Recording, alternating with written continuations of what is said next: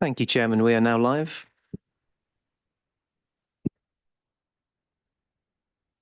Good evening and welcome to this meeting of the Eastern Area Planning Committee. I'm Councillor Alan McCrow and I'm Chairman of the committee. So, No, that's my bit. My apologies, Chairman. Please continue. the other members of the committee present this evening are Councillors Jeremy Cottam, Paul Kander, Ross McKinnon, Jeff Mays, Justin Pemberton, Vicky Poole, Richard Somner and Clive Taylor. The following officers are in attendance to advise and support the meeting. Simon Till, who's the Team Manager, Development and Planning. Michael Butler, Principal Planning Officer. Gareth Dowding, Principal Engineer, Traffic and Road Safety. Emma Howard, Trainee Solicitor. Sam Chiverton, Clerk, and Thomas Radbourne, the Zoom host. The meeting is being live streamed via YouTube, so members of the public are able to follow proceedings. Please can I ask everyone present in the chamber to make sure you switch on your microphones when invited to speak directly into them, and to switch them off when finished. They also ask you to make sure you've put your mobile phones on silent and have turned the sound off on your laptops. If we hear the evacuation alarm this evening, we must leave the building immediately. Please proceed via the safe emergency exit route and please follow any instructions given by officers. The assembly point is the car park of the Dolphin Pub. If the lockdown alarm sounds, we will remain seated and await instructions from officers. We will adjourn the meeting until such time as it's safe to proceed. Do members have any questions about the way we'll be conducting the meeting this evening? Thank you. The first item is apologies. Do we have any apologies, please? No, we don't, Chairman. Thank you very much. Move on to item 2, minutes. I'd ask members to consider the minutes and to raise any issues that they have within them, please. Are there any issues at all? Thank you. Could I have a proposal then that the minutes be accepted as a true record? Thank you, Councillor Cottam and Councillor Poole seconded. Thank you very much. Item 3, declarations of. Oh, I beg your pardon. That is quite a good idea. Yes, thank you. Those in favour, please. Anybody against? Thank you. I'll abstain, Chairman. I wasn't here. Item 3, declarations of interest.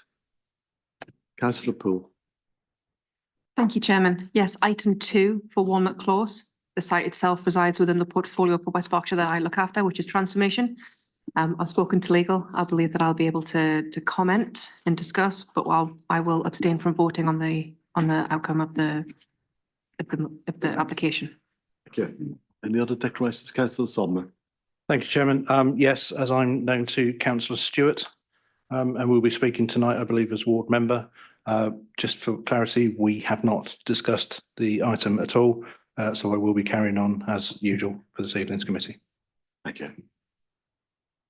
We'll move on then to the first. Oh, I'm sorry, Councillor Taylor.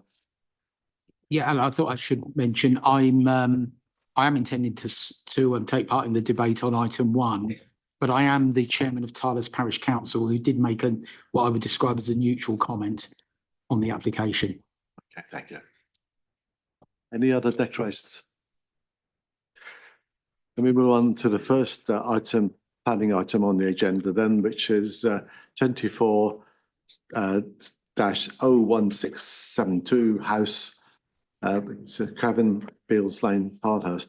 Could I ask Simon Till, please, to present the item? Thank you, Chairman. This application is for erection of a detached garage to the front of a residential dwelling on Beals Lane in Tylehurst. The application's been called to committee by the ward members in order for members to consider the context of the site and precedent for buildings forward of the main dwelling on the site.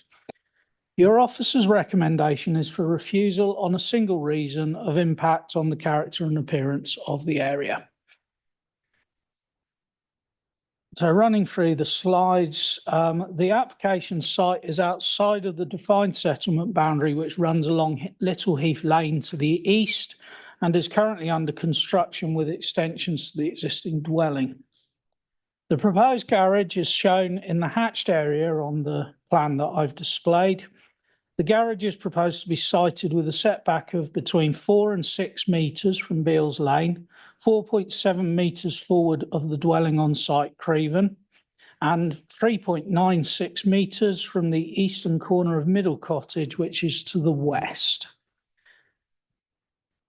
The garage is proposed to have an eaves height of 2.57 metres and an overall height to the apex of 4.82 metres. These are the other elevations. The proposals are for a pitched roof on all 4 sides of the building. This plan gives a better view of the relationship between the proposed garage, the main dwelling on the site, and Middle Cottage to the west. And just for context, this plan is effectively upside down in terms of how you'd read a map. The south is actually at the top of the picture, so the west is on the right of the picture. So this is a street scene view kindly provided by the agent. And you can see in front of the dwelling labelled Meadow Suite, which is actually the former name of Creven, the garage pictured in context there. This aerial photography shows the notional building line along Beals Lane. That's the line shown in yellow. So you can see the building line of the dwellings along there. This is just some site photographs to contextualise the site. This is looking west towards Middle Cottage. The current under construction dwelling showing again Middle Cottage. That's Middle Cottage, and you can see that window that's sort of central to the picture at ground floor level is actually a window of a habitable room. This is the neighbouring dwelling to the east of the site. And this is the neighbouring dwelling to the east again. In particular, in this picture, it's worthy of note that the detached garage shown is recessed to sit behind the forwardmost part of the front elevation, retaining the linear pattern of development. And this is Barleymow Cottage, which has an integral front garage on the corner plot that both delineates Beals Lane from Little Heath Lane and retains the notional building line that I've shown you in the aerial photography side. Let's just go back. 2 letters of objection have been received which raise concerns with the impact on outlook and levels of light to the neighbouring dwelling to the west. That is, sorry, bear with me a second, Middle Cottage. And with the proposed works being out of character with the prevailing street scene along Beals Lane. Referring to the agenda report, officers have made an assessment on neighbouring amenity and note that due to the location of the proposed works to the northeast of the neighbouring dwelling Middle Cottage, the impact on levels of light to that dwelling will be negligible due to the direction of sun travel in reference to the objection received regarding levels of light. In respect of objections regarding overbearing, your officer's view is that with an eaves height of approximately 60 centimetres above the height of the existing close boarded fence and over a metre of separation from the boundary, this isn't of sufficient detriment to Middle Cottage to sustain an objection at appeal. Turning to the recommended refusal reason, your officers would like to note that the context of Beals Lane is set apart from the more suburban density development along Little Heath Road and within the settlement boundary. Beals Lane lies outside of the settlement boundary and has a distinct building line for much of its length, including Creven and its neighbours. Development forward of the front elevation of the dwelling is not a feature of the street scene. There is one garage serving Woodside to the east that has a detached garage set back from the front of the dwelling, while Barleymow Cottage, a corner plot alongside Little Heath Road, has an integral garage that defines the corner plot, and while situated in front of the dwelling, forms part of the same broad building line. Therefore, your officer's view is that the proposed front garage would appear at odds with the surrounding seat screen to the detriment of the character and appearance of the area, and that this would be contrary to the council's supplementary planning guidance on household development that seeks for development that responds to the street scene and character and appearance of the area, and recommends that in general garages and outbuildings are not located to the front of dwellings but are located to the side or rear. Turning to the update sheet, no amendments to the recommendation are made, and therefore your officer's recommendation stands at refusal on grounds set out in the agenda report. Thank you, Chairman. Thank you, Mr. Till. Mr. Dowding, Councillor Taylor? Yes. Could I just make one point? Mr. Till, in his opening remarks, said this had been called in by ward councillors in the plural. I think just for the sake of clarity, it's been called in by one of the ward councillors. I thought I ought to make that clear. So, Mr. Dowding, would you like to make any highways points, please? Thank you, Mr. Chairman. No, I don't have anything to add at this time. Thank you.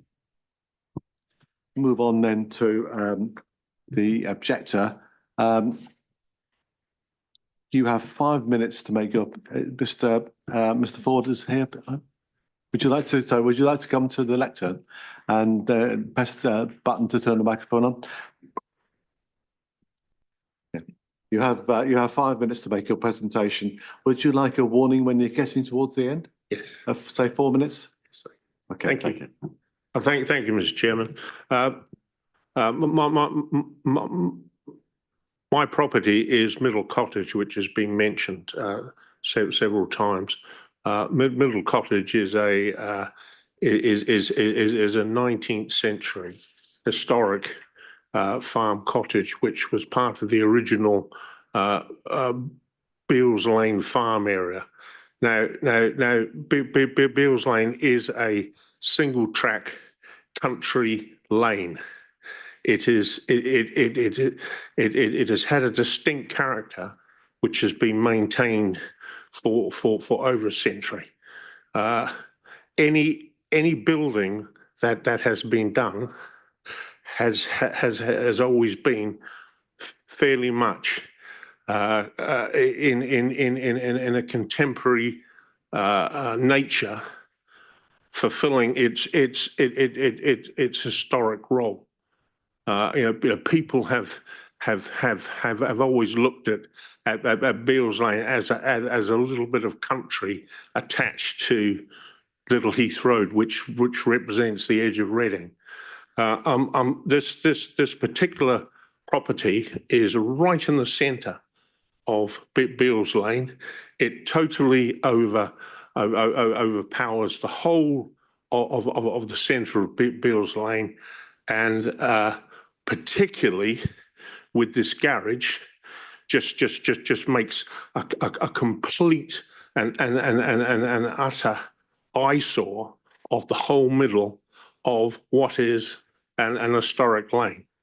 Now, there was always a rule that I was aware of all the time I've lived there, and I moved in 1990, that only existing buildings could be maintained in the lane. If you wanted to build a new building, it had to be a replacement, and that's the reason why there has been other buildings there, but they've always been like a one-for-one replacement for buildings which have been taken down. Now, in fact, they do have a garage on this property, and it's at the rear. So my objection is this garage will be the complete and utter destruction of the historic Beals Lane as I've always known it. And it is a place where lots of people look to as a little bit of country in the edge of Reading. So I'm strongly opposed to this, and I think that I'm very pleased you've recommended it is not done, and I fully support that. Thank you very much. Thank you. Would you remain there for 3 minutes? For any questions that members might wish to ask? Councillor Somner. Thank you, Chairman. Thank you, Mr. Ford. Can you just clarify, you mentioned about the garage to the rear. Yep. Is that access via the gate that is directly opposite the school? Yes. It is. Okay, thank you. Well, that particular garage, if I may add, used to be accessible from the lane, but because this new house they built there straddles a total property, you can barely get around the side. So basically the back of the house is now totally cut off from the lane. So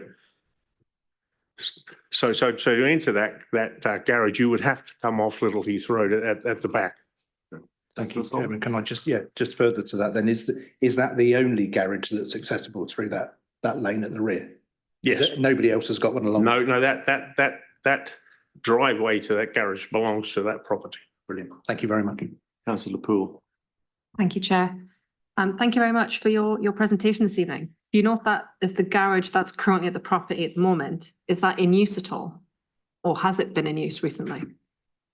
It used to be in use, but I like a lot of garages, I think it became an extra shed for the people who live there because they only had one car and they used to park it on the drive. So like a lot of garages, it just became another storage one.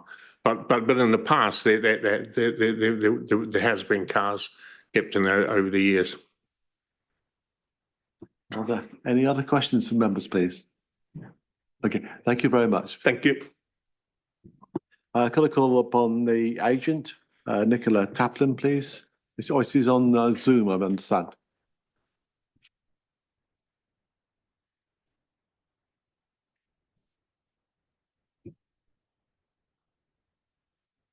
Chairman, Nicola Taplin is on Zoom and they should be joining shortly. Thank you.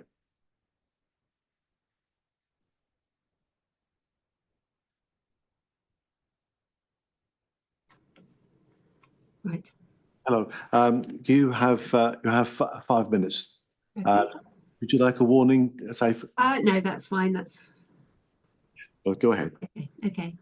Well, thank you very much, committee, for giving me the opportunity to speak in support of the application this evening. Just by way of background, my clients have recently purchased this property and have secured planning permission for extensions and alterations to the original house, which are, as you know, currently being implemented. As part of their wish to improve this site for their own family use, my clients have worked hard to improve the site and carry out a sensitive build. This has included the removal of a row of 50-foot leylandii down the side and front boundary of the site, which were overgrown and of poor quality, and the removal of several trees which presented a safety concern due to their condition. Hard standing has also been laid to the front of the site for the construction phase to ensure that deliveries and contractor vehicles do not block Beals Lane. High quality fencing has also been erected along the boundary with Middle Cottage. We do accept the relatively stark nature of this site at this time, but I would stress that this is very much a temporary construction phase, and it's the client's intention to fully landscape the site to bring about significant visual improvements to the site, which also has a bearing on the North Wessex Downs national landscape. There is a need for my client to provide a secure garage accommodation. So, So Nicola, Are we sorry. muted? Sorry. Are Yeah, we okay? we missed a sentence or two, what you just said. Okay. All right. I'll just repeat that. There is a need for my client to provide a secure garage to accommodate 2 cars on the site. My client owns performance cars, which are required to be garaged for insurance purposes. The existing garage serving Creven, as you've just heard, is sited to the rear of the site with separate access from Little Heath Road. The garage is currently in a dilapidated state and not fit for purpose. The siting to the rear is not secure. This has been reinforced by 2 recent site thefts, which has gained access from Little Heath Road. The frontage allows for much better surveillance and security of parked cars and access to the property, which is also from the front. We have noted concerns from officers and neighbours about the siting of the garage being at odds with the established character of the area. We do, however, disagree with this assessment. As you will have seen from the site visit, the submitted street view drawing and the supporting planning statement, Barleymow Cottage on the corner of Beales Lane with Little Heath Road has a bulky 2-storey forward projecting garage. Furthermore, further along Beales Lane, Beales Cottage and Gransden beyond the site along Beales Lane both have detached outbuildings forward of the dwelling. My client does not consider that there is a strong building line and the pattern of development is such that it does not preclude a forward-sited garage. The applicant considers that has considered in the past an attached garage to the front of the property, but has concluded in design terms this would both upset the balance and design of the front elevation of the extended property and would further have a much more adverse impact on the occupants of adjacent Middle Cottage. The separate detached form of the garage building would read as a traditional ancillary outbuilding which would not compete with the main dwelling or appear at odds with the character of this part of Beales Lane. Again, I think this is clearly demonstrated in the submitted street view drawing, which I would again draw members' attention to.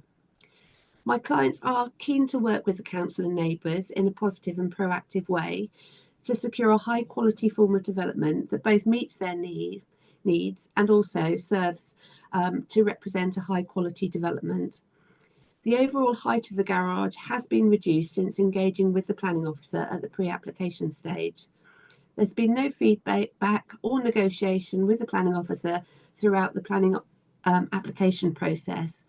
My clients have, however, advised that they would be happy to consider a modest reduction to the footprint of the garage, or indeed a replacement of the hipped roof with a flat roof, should members consider this would be appropriate to address concerns. I hope members are able to appreciate the limited harm this proposal will present to the important North Wessex Downs national landscape.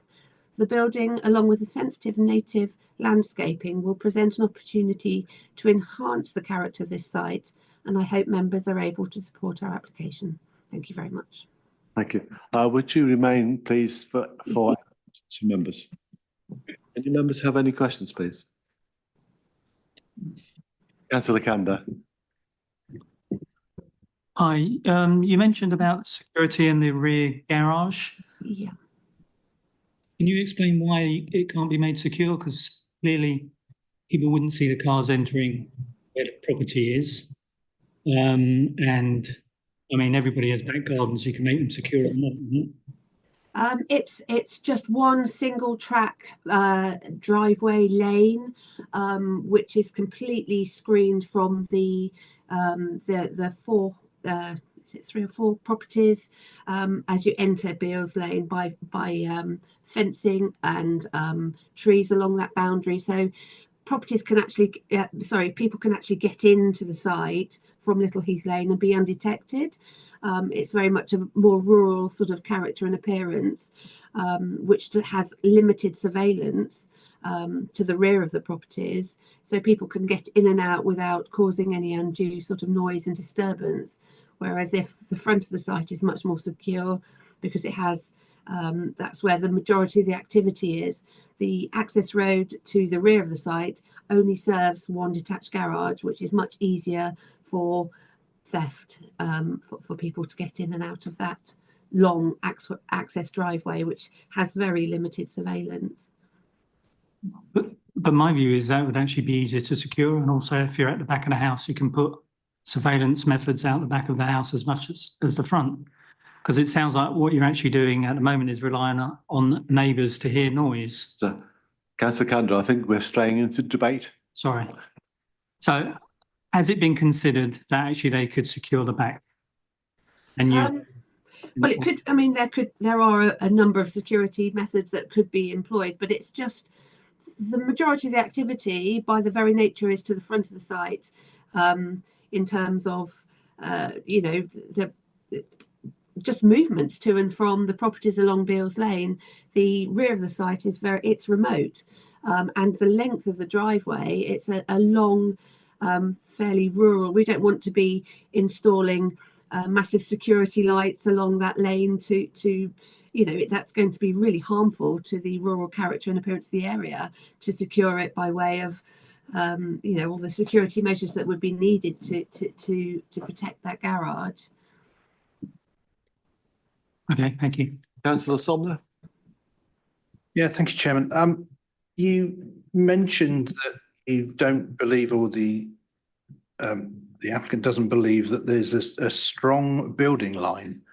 My question to you is what you would consider to be a strong building line when from the point of Little Heath Road, there is a clear line, even taking it from the widest point, which would be considerably changed. I mean, that's a material change in the line if you draw it off at a completely separate angle that you appear to be suggesting. But if you go further along Beales Lane, there are dwellings in front of that, aren't there? It's the position, you know, if you go along at the angle that Beales Lane runs, there are properties with forward project. I mean, the one on the corner has a forward projecting garage. You know, and beyond the plan that you've presented, there's another property which has a substantial property which is way forward of that. It's more of a scattered sort of more rural layout of and pattern of development along Beales Lane. It's not a strong set rural urban building line. It's I would say, if you look at the wider picture, it's more of a scatter of development along Beales Lane. I'm not going to come back on that, Chairman. Thank you. Councillor Taylor? Yeah, could I, you made some remarks, I think towards the end of your presentation, to the effect, I think you said that you were prepared to change the roof to a flat level roof and that but you haven't. Yes, we haven't had the opportunity to do that within the application process, and it's not my client's preferred option. Aesthetically, I think that the hipped roof is more appropriate in design terms, but it would reduce the massing of the building, and you know, the desire to get a functional, high quality building in this area. You know, my client would be prepared to accept that if members feel that would lessen the impact on the character of Beales Lane. Certainly they would be prepared to enter into discussions with the planning officer to submit an amendment to replace that pitched roof with a flat roof. No, that's fine, thank you. I'd just like to interject. We need to make a decision on the application that's in front of us, not on a possible later design change. Thank you. Are there any other questions? Councillor Poole. Thank you, Chair. Thank you. Is it Miss Fox from the architectural firm? I noticed that the property is currently been redeveloped. There's a significant extension going on. Is there any reason that the garage extension wasn't considered with the extension application that was approved earlier this year? Again, I think Councillor Poole was straying away from the application that's in front of us. So no, the reason why I ask, Chair, is that if the application was then split, it would just be reviewed independently. I'm just trying to seek to understand the nature of the reason of the split applications, to understand whether or not there may be future applications that could come through that we may or may not need to be mindful of during our consideration today.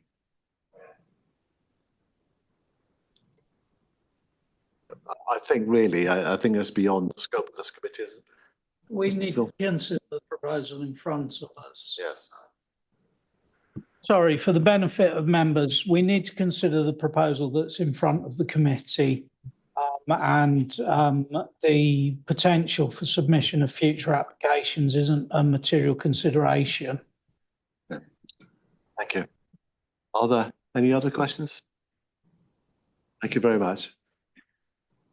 And can we move on then to the local ward members, which is Councillor Joanne Stewart and Clive Taylor. I understand that Councillor Taylor doesn't actually want to speak at this point. Thank you. So Councillor Stewart, do you have 5 minutes? Would you like a warning 1 minute towards the end? Yes, please. Thank you. Go ahead. Thank you, Chairman. So my reason for calling in this application, as noted within this report, was because having spoken to the applicant and his wife and having visited the site, I wanted to understand whether there was consistency of application of planning policy taking place. And I want to thank officers for what I think is a fair assessment and report on this application in that regard, and for clarifying that because this proposed application site is not within the settlement boundary, that similar buildings at the frontage of properties in Long Lane, as has been mentioned, are not judged in the same way and therefore considered to be acceptable. I would say if any member of the committee has driven along Long Lane, as I have, I would imagine you may be as surprised as I was at what seems to be a lack of in-keeping with the original dwellings in some of these properties, as well as the dominance that these outbuildings have indeed created on that street scene. It has been said at these planning committees that applications are brought before members to discuss where planning policy perhaps needs to be clarified or considered in depth by hearing from supporters, objectors, agents and applicants, and of course ward members too. Rather than just seeing black and white on paper, this committee gives everyone the opportunity to have a more informed conversation and to enable them to make a decision following that debate and consideration. There seem to be quite a number of positives in the planning officer's report. I won't go into detail because actually the planning officer has mentioned them, but with regards to amenity, the fact that that concerns about overshadowing have found that there would not be issues of overshadowing. And in fact, 7.11, the proposed development is not judged to have a significant harmful impact on the living conditions of the neighbouring properties. So it is considered to comply with policy and CS14, policy C6, and also SPG house extensions. And of course, highways have made no objections regarding these proposed parking arrangements either. In terms of concerns raised, there have been questions about the impact and change to the street scene. Sometimes this is hard to visualise. However, members do have in their pack a street scene and also a north elevation. And I'd like to direct members to that page to just consider by that demonstration how this dwelling and proposed garage to the front could look once the extension to the main dwelling has been completed. I would also ask members to consider whether this proposed garage building really would dominate the property. I believe the applicant and agent have worked hard to review and sympathetically redesign this garage building to minimise any impact and reduce any chance of dominance.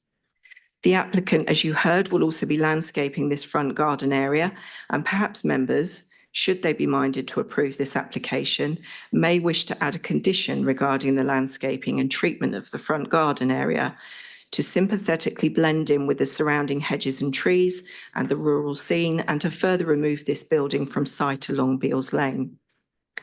The objectors to this proposal have mentioned the effect on street scene and also suggested that a building towards the back of the plot behind the house should be used instead. And you've heard concerns about security. Currently, I think it's fair to say this building towards the rear of the property is rather ramshackle and also not fit for purpose. But if it were to be redeveloped and used for this purpose to the rear of the houses, it seems to me this would increase the number of vehicular movements along the small lane to access this.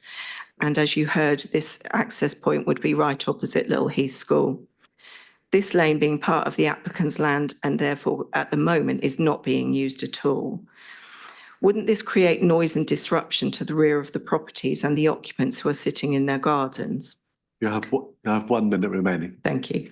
By placing the garage at the front of the property, it is simply using the existing vehicular route to all properties in Beals Lane and not creating an additional access point for more vehicle movements. The applicants do not want to have to park all of their cars in the front garden and would prefer to create a building to house some of these and minimise the number of vehicles that other residents might be able to see. In my understanding, the applicant and agent are working hard to create a home that they can be proud of, designed in keeping with the surrounding area as much as possible, which is very tricky when every property is entirely individual in Beals Lane. Thank you for your consideration. Thank you. Would you remain there for a few minutes, please? Do members have any questions, please, for a local member? Councillor Somner. Thank you, Councillor Stewart, for your presentation. Thank you, Chair, for the opportunity. You mentioned the volume of vehicular movements potentially to the rear. Would you not accept that the volume of movements is going to be the same whether it's front or rear? If a vehicle is being moved by the same property, it's being moved, and if it's not, it's not. But actually, whether it's to the front or the rear, it's not going to change the volume? I agree. My point, and I apologise if that's the way that it came across, my point was more about the fact that this is to the rear of people's properties where you would expect them to be sitting in their gardens and therefore having traffic. And it may only be a couple of cars and it may only be a couple of times a day, but that is currently something that they don't experience. So it will increase the noise and disturbance when they're using their back gardens. Thank you for clarifying. Are there any other questions, please? No, thank you very much. Okay. We move on then to questions to officers. Do members have any questions or clarifications they require from officers, please? Councillor Kanda.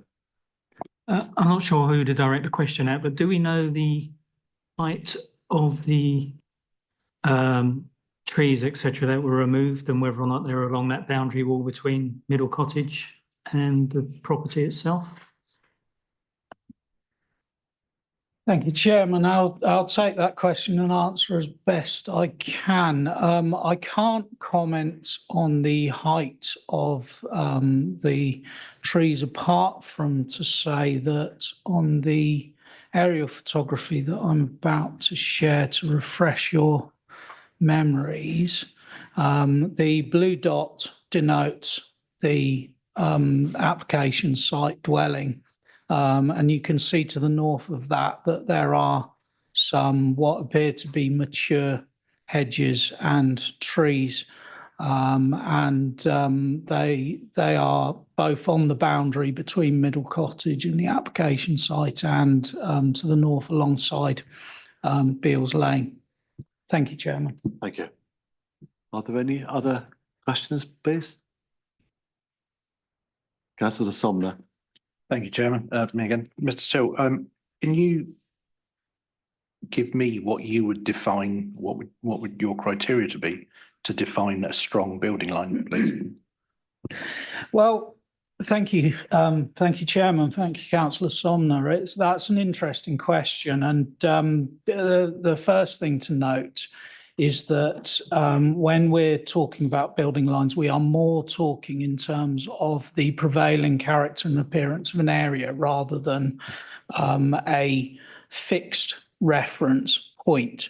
However, where buildings honour a traditional, similarly pretty much uniform setback from particularly the highway or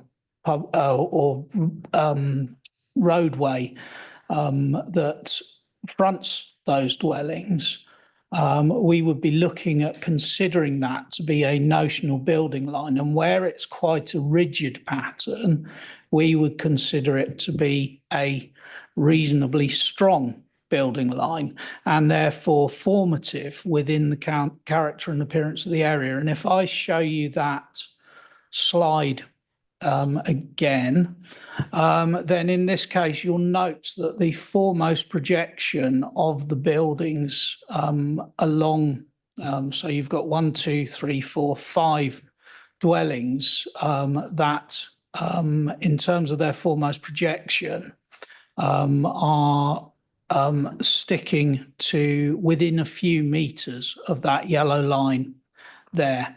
And they're honouring a deep setback from Beales Lane with very generous front garden spaces.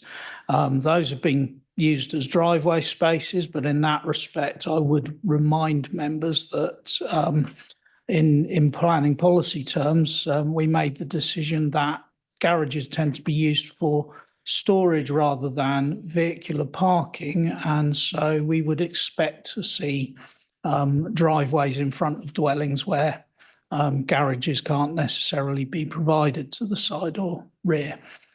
So I hope that that helps flesh out matters in terms of building lines, and I haven't convoluted matters too much there, councillors, on that. That's very Thank you, helpful. Chairman. Thank you.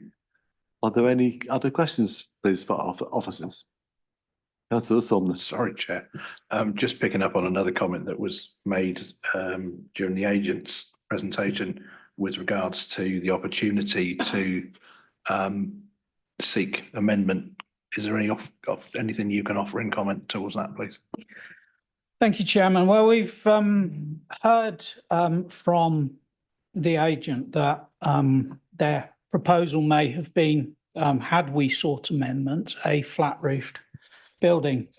So that would have a functional appearance that wouldn't be, in your officer's view, in keeping with the prevailing character of buildings in the area.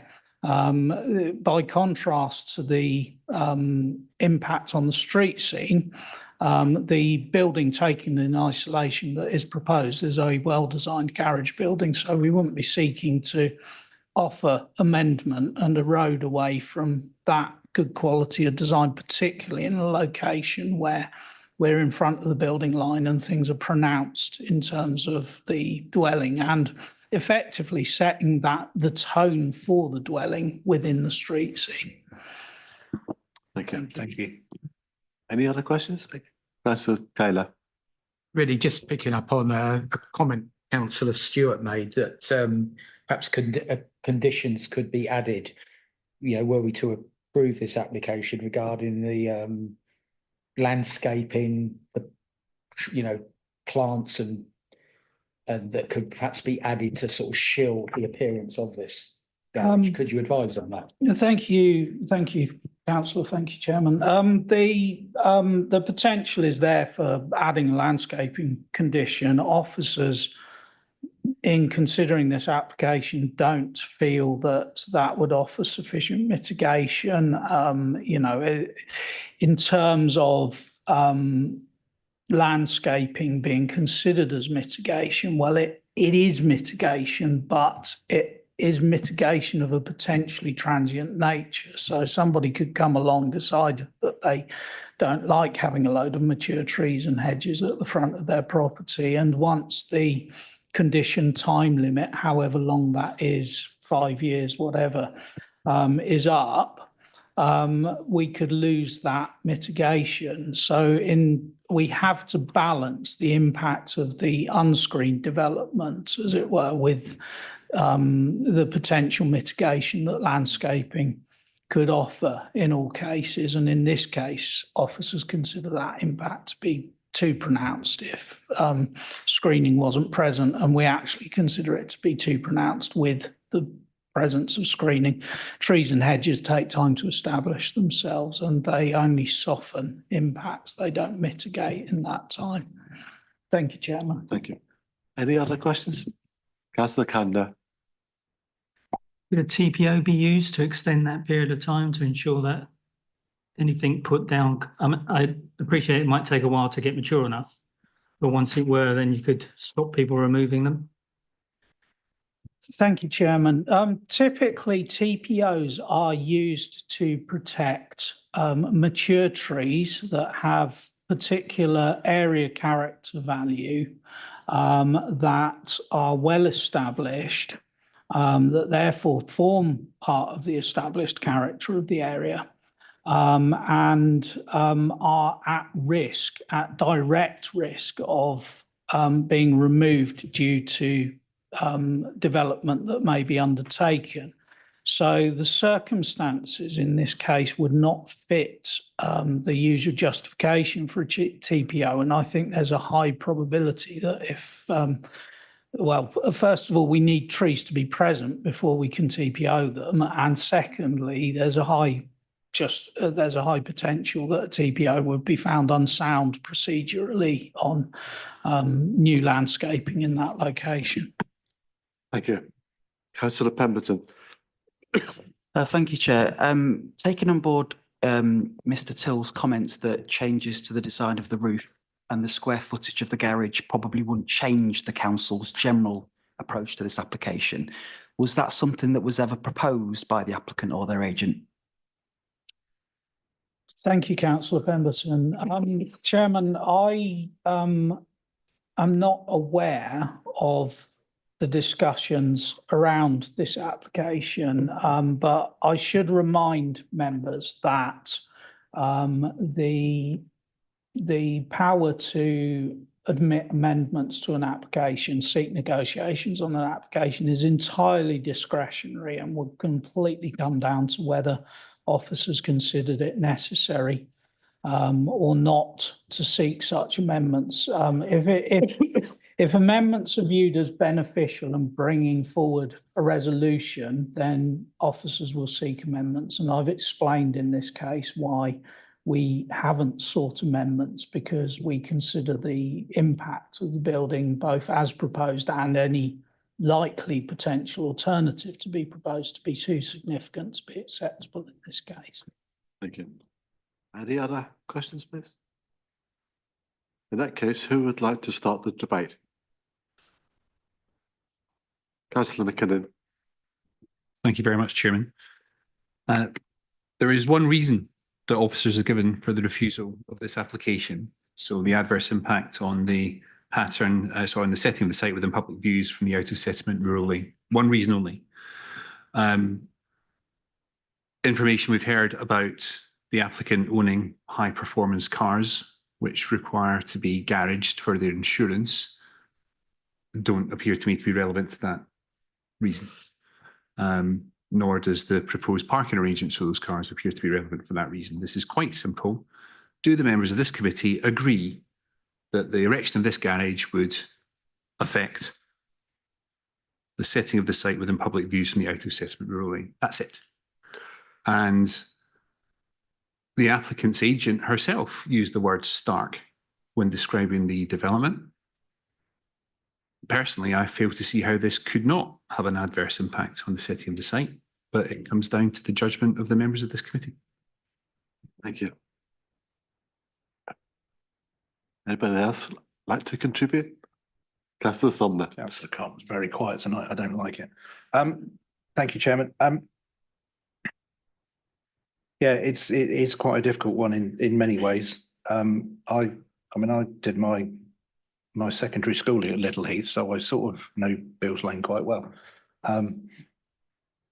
But the strange thing of it is the way the properties are built, and that building line, whether you class it as strong or not, means that actually you can virtually see nothing of the actual houses when you're stood at the end of it, because of the way it curves around. Now, one could say that that's actually been done by design, and it's a good design because it's achieved its purpose. It does concern me, however much landscaping might be in place, how much more visible that would be. And I do have this issue with a gated sole access to the rear with, we've heard, a building which is not up to standards. Well, neither's the building at the front that hasn't been built yet. You know, quite honestly, if you're going to build a building, what's the difference between building it at the back or building it at the front? One would think that actually single access, gated already, it would be reasonable to be able to put security in there. I don't know what's been taken. We didn't go into that level of detail, and frankly, it's not a planning matter. But one could only imagine that potentially it was stuff that could be lifted over the top of the gate. Well, you're not going to do that with a performance car, in my opinion. My issue with the performance vehicle requirement is that it's much like the landscaping would be. It's only relevant to the current owners. And as soon as those owners are not the current owners, somebody else moves in, they don't have the same need. So it, again, as a reason, it falls away for me. Yeah, I am interested to see what other members think. I do understand the balance of this, but I also understand where officers have made their decision as I sit here at the moment. Okay. Councillor Cottam, sorry. I would hate to disappoint Councillor Sumner or Councillor McKinnon. Yeah, it's fairly simple. I mean, I don't think that sports cars come into it at all. It's not a planning condition or issue. Basically, I know of this type of styling. It's a fairly frequent styling in the north and northeast of Thatcham, but they are considerably close to the house, and they generally are not in a building line. So I think, you know, if this was to give any lean towards approving this, it would be necessity for the individual or whatever. But there are other alternatives, but that's not part of our consideration. I have to say, I think that the officers have got this right. It's a very simple case, and that it basically it is very intrusive into the whole character of that lane.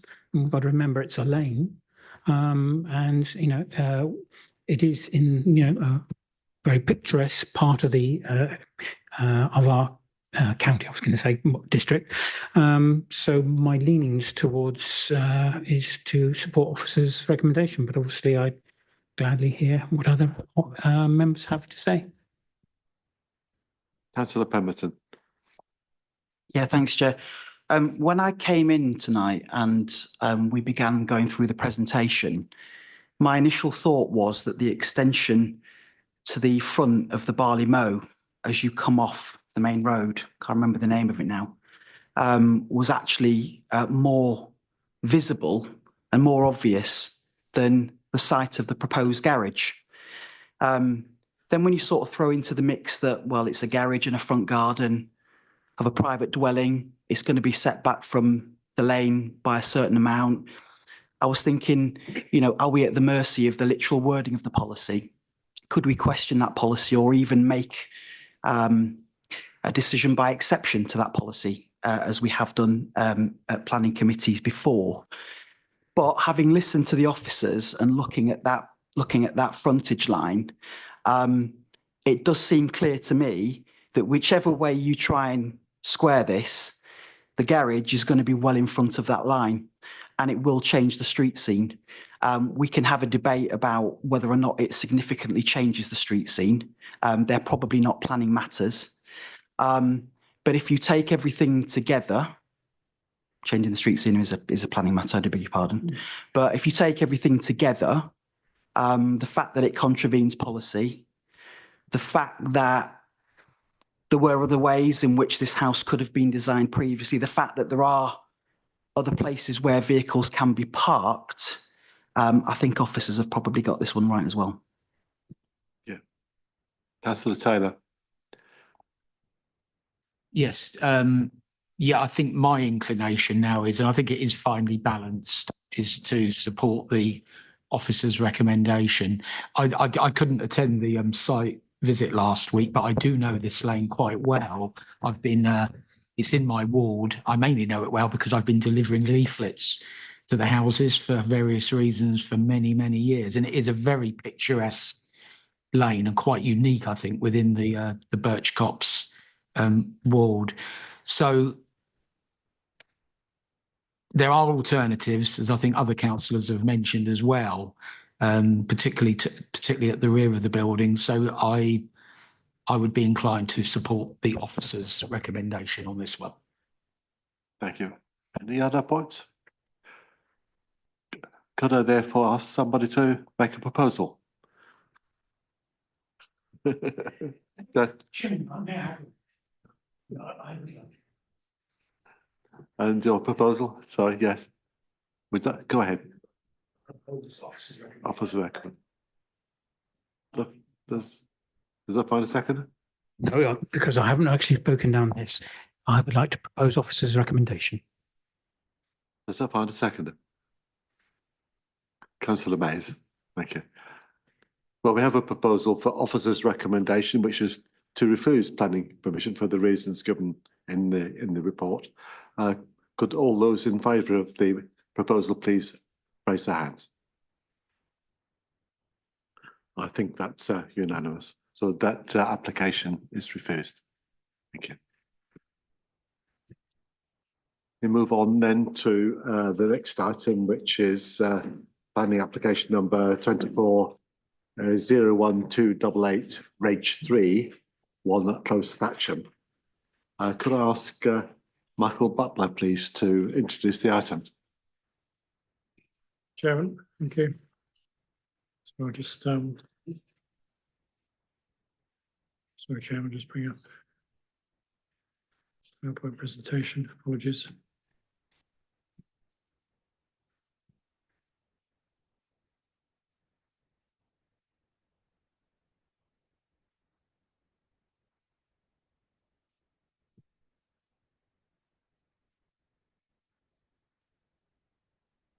Yeah. Apologies for the delay, Chairman.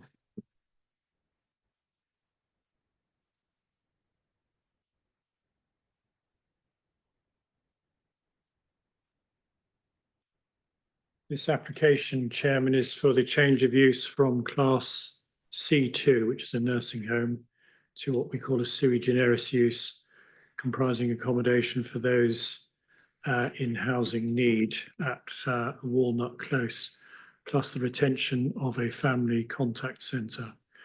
The reason the application has come to committee is because the applicant is the council and we also own the land. And as it's a major application, officers have no delegated authority to determine such applications. This is the site plan. Turning to page 20, Chairman. Clearly, the purpose of this report is for the committee to consider the proposed development. I know not many of you could make the site visit, but I imagine many of you may well know the site.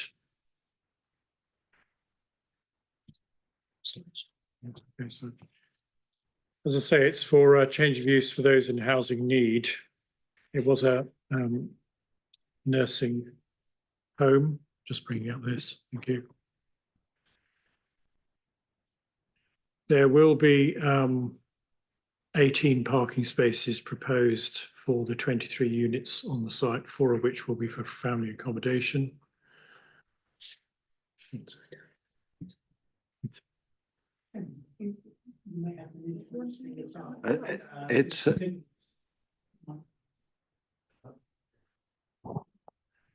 maybe me because I've turned my hearing aids to loop, which is why I occasionally pick this up. Thanks. Can everyone hear me all right? Yeah. In any event, there are 18 parking spaces proposed with the application with the amended red line plan, which you see here. In terms of planning history, there's very little. It says on the agenda sheet.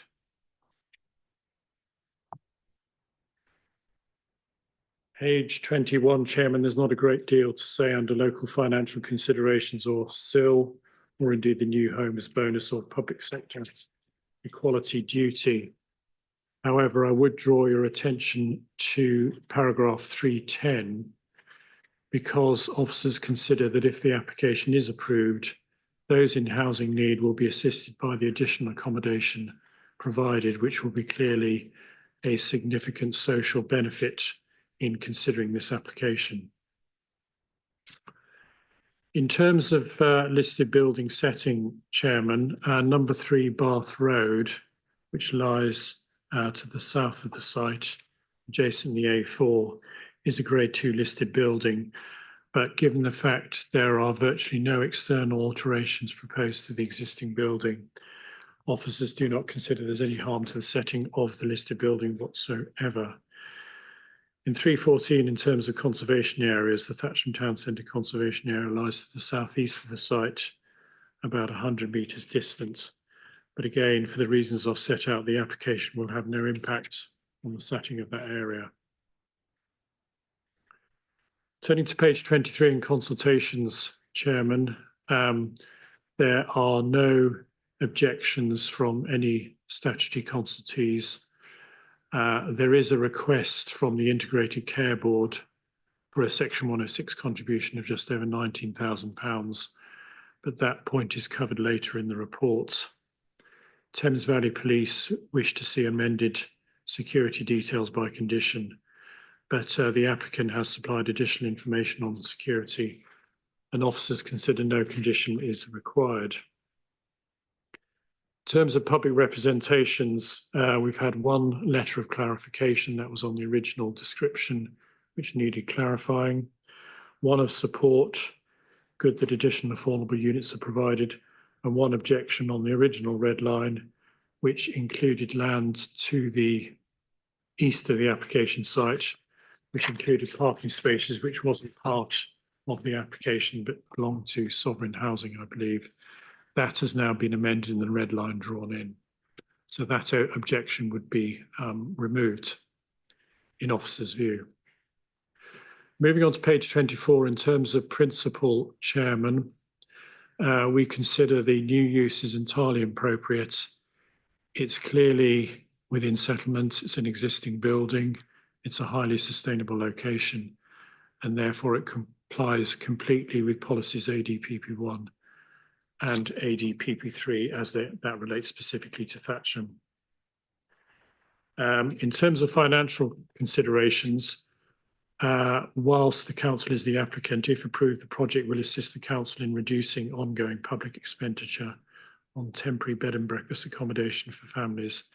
Now, clearly, normally financial matters with applicants are not planning considerations unless viability is introduced. In this case, officers consider it is a valid planning consideration because at the end of the day, it is public money that is involved in this application. In terms of parking on site, I apologise in advance for the various pieces of confusion regarding the parking, but I can confirm that there will be a total of 18 parking spaces on site, one of which is disabled, and 4 of which will be for parking. So 14 of spaces will be provided for the 23 households. Normally in this location, officers would be seeking, and I'm sure my highways colleague could confirm this under policy P1, a 1-to-1 ratio, but given the highly sustainable location of the site and the fact, given the nature of the households, it's highly unlikely that a high proportion would own or use cars. We consider that 14 parking spaces is entirely adequate. Other factors, I did mention the CCCG, which now reads the ICB. They have requested £19,000 for improvements to local surgeries.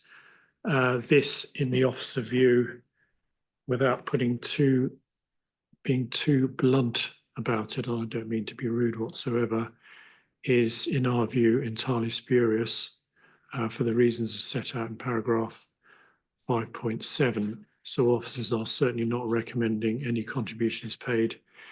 In any event, that would be impossible because you cannot have a Section 106 obligation with the applicant being the council, being the planning authority in any event.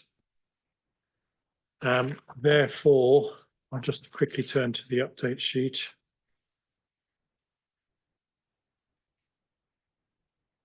I think I've covered all the points. Before I conclude, Chairman, I'll just quickly show some of the plans here. The proposed first floor plan, there will be internal alterations to accommodate the 23 households as is the ground floor plan, which will retain the family contact centre.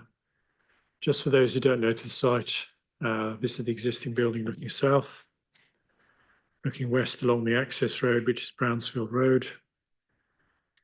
Gilbert Close parking to the east of the site, which is now excluded from the application site. Looking directly south and looking west of the building, and additional parking for the site. Therefore, Chairman, officers are recommending it's a strong recommendation to grant conditional planning permission to this development. There are no particularly onerous conditions, although I would particularly draw your attention to condition 5 use restriction to ensure the proposed use of the building as sui generis. It shall not be used as an HMO at any time in the future unless express permission has been granted by the local planning authority. Thank you, Chairman. Thank you. Move on to those who wish to speak. We don't have any objectors who wish to speak. So.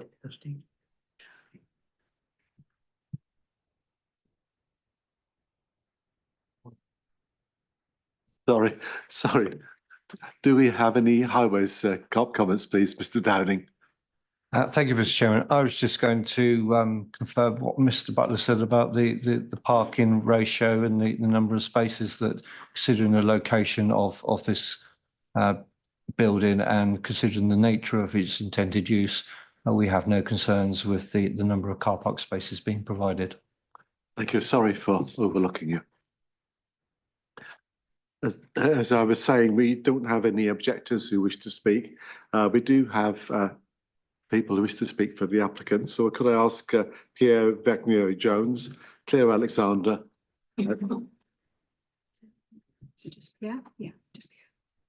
Sorry. Was it just the one of you? Nick Pryor is here, but I'm just here to speak. Yeah. Would you like to join him in the lectern, sorry, in case there's any questions for members? Yeah. Okay. Sorry?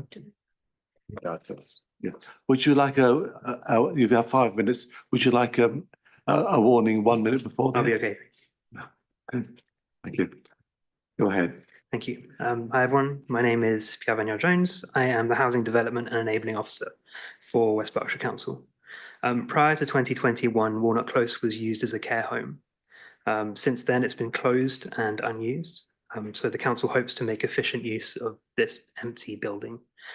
Providing families with stable temporary accommodation prior to securing them settled accommodation is key to providing our statutory duty as a council. It goes without saying that this will be an enormous monetary saving to the budget of the housing department and the council as a whole, as this will greatly cut down our need to use commercial hotels and B&Bs, which present currently a significant financial pressure to the housing department and the council as a whole. Additionally, providing temporary accommodation for families from the local area who have been made homeless is key in making sure that their lives are minimally disrupted so that they can continue to work in their current employment, maintain their support networks, and at a basic level are able to cook for themselves. Many households over the last year have had to be placed in hotels far from their support networks and places of work, often in places without any cooking facilities at all. This cuts them off financially and socially, but it's often currently our only option. You will have also noted that this application is part retrospective in order to include the western half of the building, which is currently the Family Time Support Hub, which has been instrumental in providing support for local children in need. That being said, over the course of this application, whilst there have been several concerns raised over a handful of matters, I hope to assuage them here.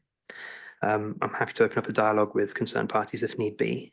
Firstly, the parking situation on site, which has been mentioned before, it's been noted there are fewer parking spaces than there are bedrooms. Iowa's team has been very helpful to assure us that whilst this would usually not be appropriate, it is appropriate in this case due to the financial situation of the service users. I will note that this morning I visited a B&B that the council currently use for temporary accommodation. And it's of similar size and tenure to Walnut Close. Out of the 20 parking spaces, only 3 are regularly used. At Walnut Close, as mentioned, we have a disabled parking space already, and we will also be installing bike racks to the property. I'm aware, quite sure this is true, that a condition has been put in recommending an EV charger is installed in the Walnut Close car park. Due to the financial situation of the service users who will be using the car park, Housing finds it very unlikely that one of our service users will have an electric vehicle with which to use the charger. As such, I'd like to recommend rewording this condition to have Housing install the EV charger not in the Walnut Close car park, but instead in the Thatcham Town Council car park, about 20 meters from the Walnut Close car park. It's adjacent to the Town Council building. We believe this will be much more practical and better serve the local community as well. The other concern that's been raised has been the safety and security of Walnut Close due to the nature of its use and the internal fabric of the building. Consulting the proposed ground floor plan that you will have, we can see the building has been effectively split in two with a green line. The western side will be used by the family time support hub, and the eastern side is used by its family temporary accommodation capacity.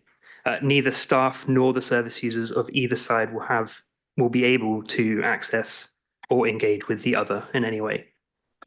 Therefore, there will only be one entrance in and out of the building on the eastern side. We'll be installing 4 CCTV cameras to overlook the car park, as well as the entrance area and the fire escape doors.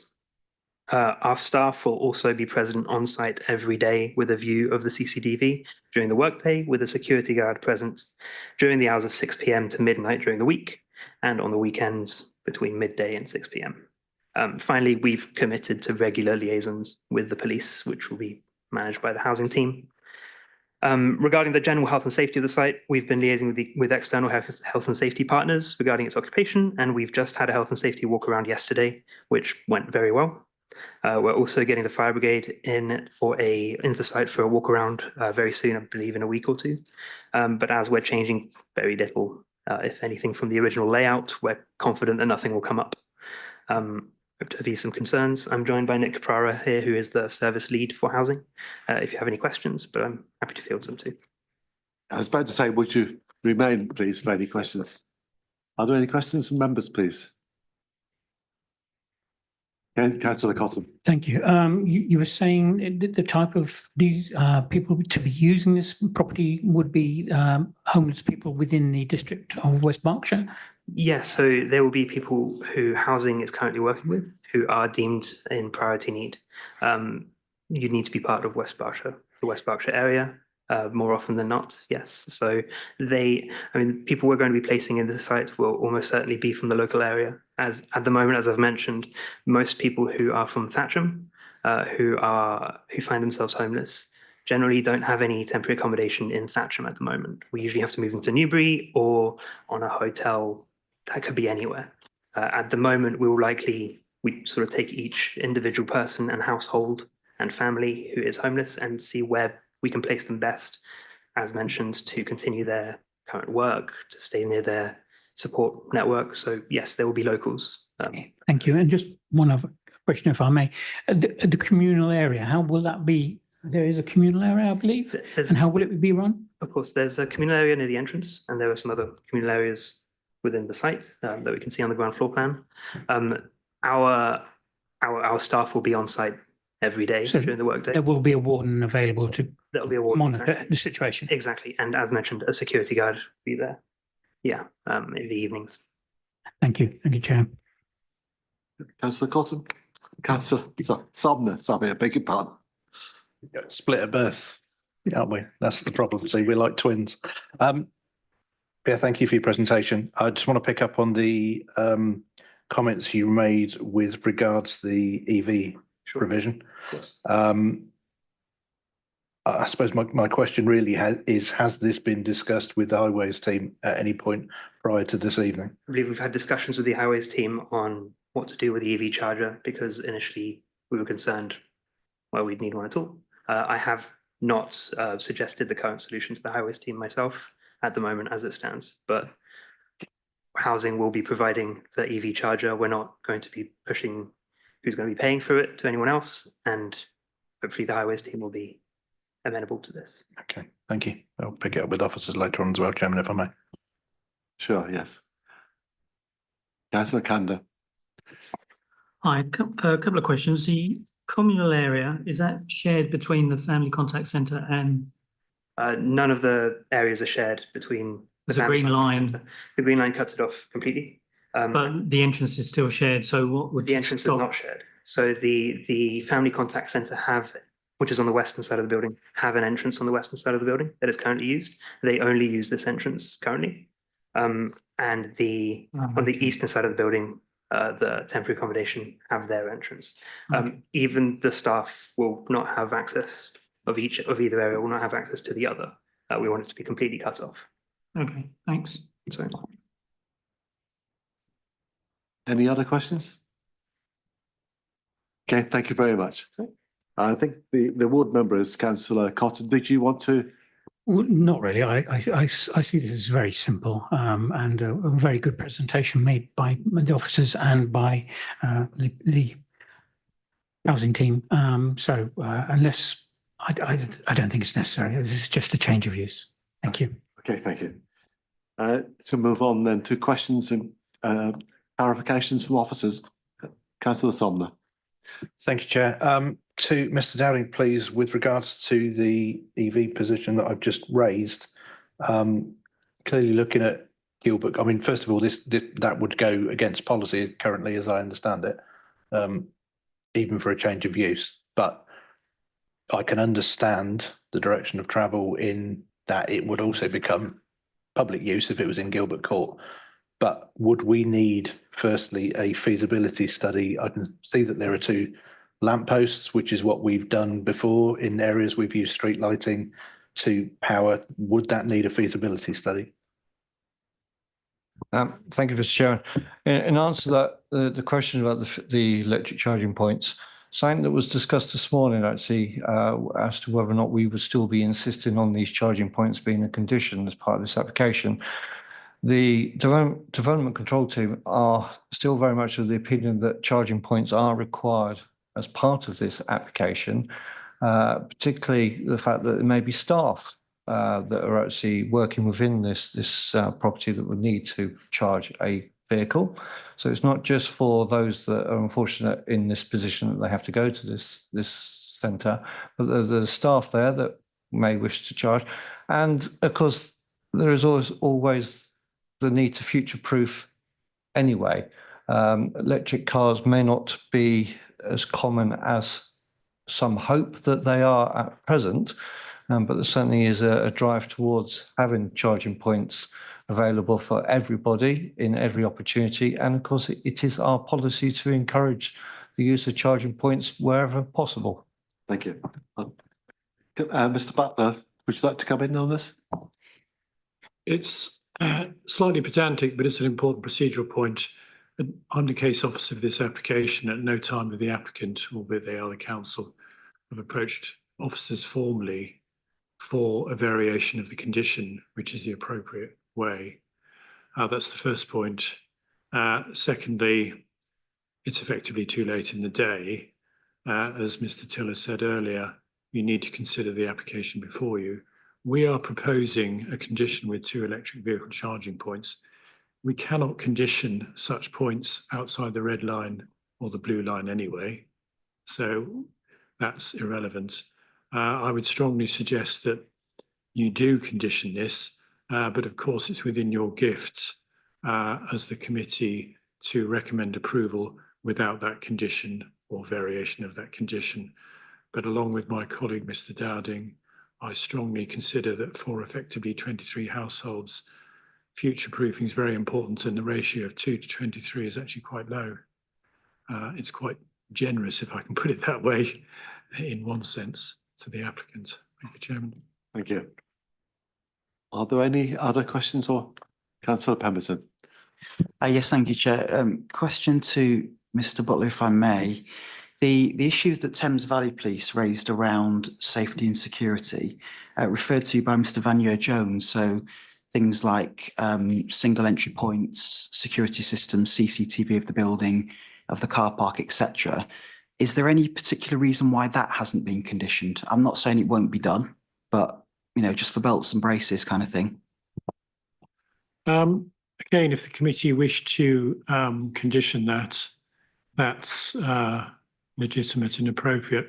Officers thought that in this case, given that the applicant, who is after all the council, had given an effective undertaking to undertake those works, then a separate condition was not necessary, but the committee may take a different view. Thank you. Any other questions, officers? Yeah, thank you. Would someone like to start the debate? Councillor Somner. Thank you, Chairman. I agree with Councillor Cotton. This should be quite straightforward, actually. And I think what is refreshing from this evening's conversation, Chairman, is that what we are demonstrating is that Chinese wall, if you will, that people often talk about. That means that these are not done deals. We do go through due process, and rightly so. I am concerned about the EV charge point, as raised both with the applicant and with officers. And I do accept the position that has been put that it should remain as a condition. Whilst commenting in my question that it would be for public use should it go into Gilbert Court car park. Of course, what that would also do is generate a cost for anybody that's using it. And if that were to be staff, one would question whether that was appropriate. But equally, there would be no guarantee that the space would be available if it were open to public. And again, I think we need to be mindful of that. However, in everything else that's been put forward, Chairman, I see no issues. I'm happy straight out the gate to propose officers' recommendation. My only consideration is whether we should add the extra condition that Councillor Pemberton has suggested. I will look to you, sir, for the words, if I may, because I didn't write them down as you were saying them. But that would be my proposal, Chairman. Thank you. And there's a change on the update sheet to increase the number of charges from 1 to 2, because in the body report it said 2, but in the condition as published it was 1. And I would accept that 2 is a sensible approach, Chairman. Most charges that we install as West Berkshire Council are able to take 2 vehicles anyway. So as long as the right one is installed, and I'm sure the highways team will be happy to support the housing team in identifying that, then that would be appropriate, Chairman. Yes, to add that as well. Does that proposal find a seconder? With the suggested conditions, because With the microphone? With the suggested conditions on the CCTV, actually being the ward member, I do have the advantage of knowing this site very well, and it's just behind. Well, town council offices are just behind there, and I do actually think security at this level is a good idea because people walk through here at all times of day and night into the public car park, or find there is. How shall I put this nicely? There are some groups of individuals who sometimes gather there on a Friday or Saturday night. So I think for the security of the residents, and I think that's an excellent idea. I would like to say, as a ward member, I warmly welcome this, and it's a great idea. I have to say, I even learned something from this. Now I can't find the word. There's a Latin usage there about a unique. Maybe one of the officers can help me. It's a unique building or something like that. Yeah, sui generis is a use class on its own, so it's unique to that particular use. So if there was any other use, it would automatically require a planning permission. Yeah, so that's with the Latin. I had to maybe officer. I'm afraid it shows my lack of Latin ability here, but I think that's a very important point to raise. That this is unique to this application, and that if anybody wanted to come back and change it, that they'd have to come back for planning permission. I would, but it's already in the report, so I don't need to add that. But I will take the vote just a moment, just in case anybody else wishes to speak. Councillor McKinnon. The committee will be desperate to learn that the correct Latin pronunciation would be sui generis. There wouldn't be a soft G, and that's very. How did I know? Councillor Very would know important this for the minutes.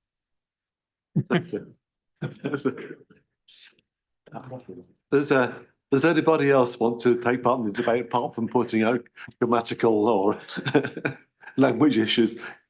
Councillor Pemberton. So for me, I would be keen to add a condition around details of an appropriate security system confirming a single entry point and CCTV of the building and car park, if members are happy with that. And sorry, I may have missed it. I don't know if we got to 1 or 2 charging points, but I'm easy on either. So I think both proposer and I are happy with that. Yes, I am. Happy with that proposed condition. Your officers are satisfied that that's consistent with the recommendations of Thames Valley Police. In respect of timescales for the condition, I would suggest that the condition states that within 3 months of planning permission being granted, details are provided along with a schedule for implementation of those security measures. Thank you, Chairman. Thank you. Okay. So, Councillor Pemberton. I mean, with that, I was going to put a proposal unless we haven't already. We do have a proposal which has been seconded. But Councillor Cottam then went into debate after his secondment. Anybody else wishes to speak?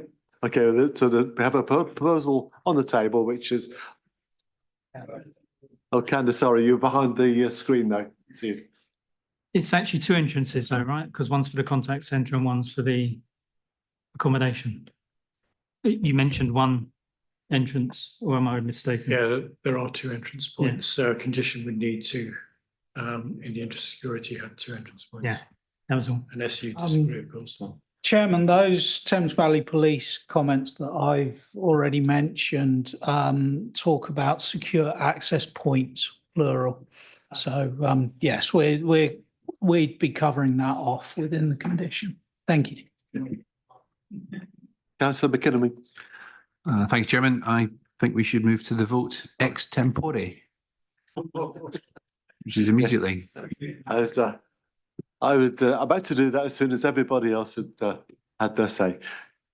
So the proposal is officer's recommendation with the change to the condition for EV to be two charging points, and for the security condition as proposed by Councillor Pemberton. Could all those in favour please show? And all those against? And abstentions? Councillor Poole. Thank you very much. And with that, that completes the business for the committee this evening. So I'll call them the committee to a close, please. Thank you. I need to find the minutes.